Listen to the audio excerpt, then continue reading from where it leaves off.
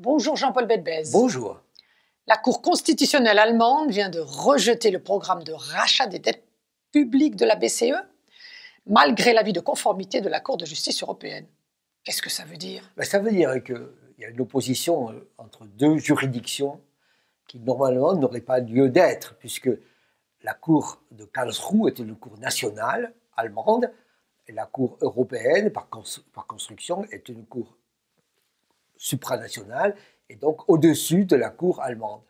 Et donc, quand la Cour européenne a dit quelque chose, l'autre doit se soumettre. Elle aime ou elle n'aime pas, mais elle se soumet.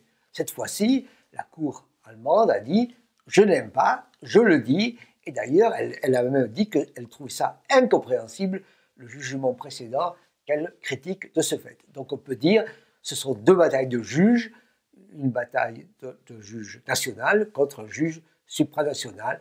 C'est étrange, c'est grave, mais c'est comme ça. Le deuxième élément qu'on peut dire, c'est que c'est une bataille économique aussi. Parce qu'au niveau européen, on a bien une entité qui fonctionne et on a à l'intérieur l'Allemagne. Et que si l'Allemagne ne vend pas aux autres pays, elle aura des difficultés considérables, étant entendu qu'à peu près 40% de ce qu'elle exporte aux autres pays. Et que les Pays-Bas, la Hollande, c'est 50%. Et donc, d'une certaine manière, il y a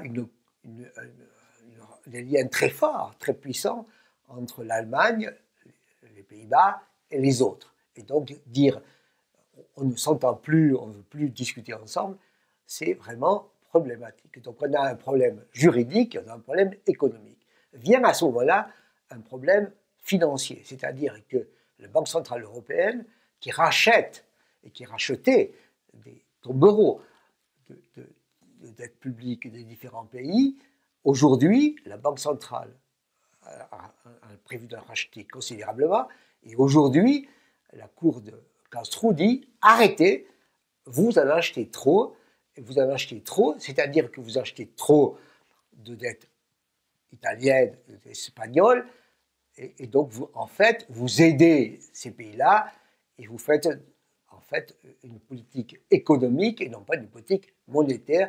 Vous allez au-delà de ce que vous devriez faire. Donc, on a aujourd'hui trois problèmes. Un problème juridique, un problème économique et fondamentalement un problème monétaire, à savoir qui dirige et est-ce que aujourd'hui, la Banque centrale européenne va continuer à racheter des bons du trésor italiens, espagnols et autres, faisant donc baisser les taux d'intérêt à long terme et permettant à ces pays de sortir d'affaires, où elle va arrêter, si on lui demande, et à ce moment-là, nous aurons des crises majeures pour le système européen et aussi, entre autres, pour l'Allemagne. C'est ma question. Quel impact cela aura-t-il sur la zone euro? Effectivement, on peut se dire c'est l'explosion. Mais on peut se dire aussi, deuxième idée, au fond, ça n'est pas irraisonnable. Pourquoi? Parce qu'aujourd'hui, on dit, faisons des déficits budgétaires, la Banque centrale européenne achète tout, avale tout. OK, et donc on a le virus qui explique évidemment beaucoup de choses, qui est à l'origine des récessions 4, 5%, 6, 7% que nous avons vu partout, mais qui n'explique pas tout. Et donc faire acheter à la Banque centrale européenne tous les déficits, ou beaucoup de déficits, c'est aussi lui transmettre beaucoup des problèmes des Français, des Espagnols et des Italiens. Et donc, d'une certaine manière, il y a un excès dans cette façon d'utiliser la Banque centrale européenne pour, en quelque sorte, se défausser d'elle des problèmes qui sont chez chacun.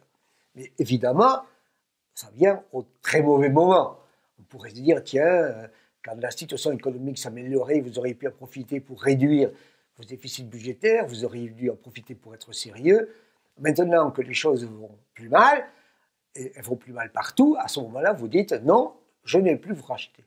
Donc effectivement, on a quelque chose qui arrive mal au mauvais moment. Est-ce que ça suffira pour faire un appel à la raison ou est-ce qu'on va dire mais non, la Banque centrale européenne a raison et c'est Karlsruhe qui a tort? C'est là une vraie question. Mais ça, c'est un problème économique, c'est un problème juridique, mais aussi d'un point de vue financier. Faisons faire très attention. Nous avons aujourd'hui beaucoup de déficits budgétaires, beaucoup trop de déficits budgétaires, et c'est trop facile de les vendre ailleurs. Merci. Merci Jean-Paul Bedbez. Bonjour, bienvenue sur la chaîne Bedbez, où chaque jeudi, en quelques minutes, je vous parle de mes sentiments sur la situation économique, sociale en France et ailleurs. Et je vous invite à vous abonner, je vous invite à liker, je vous invite à en parler, je vous invite à faire des commentaires. Donc, je vous invite. Merci.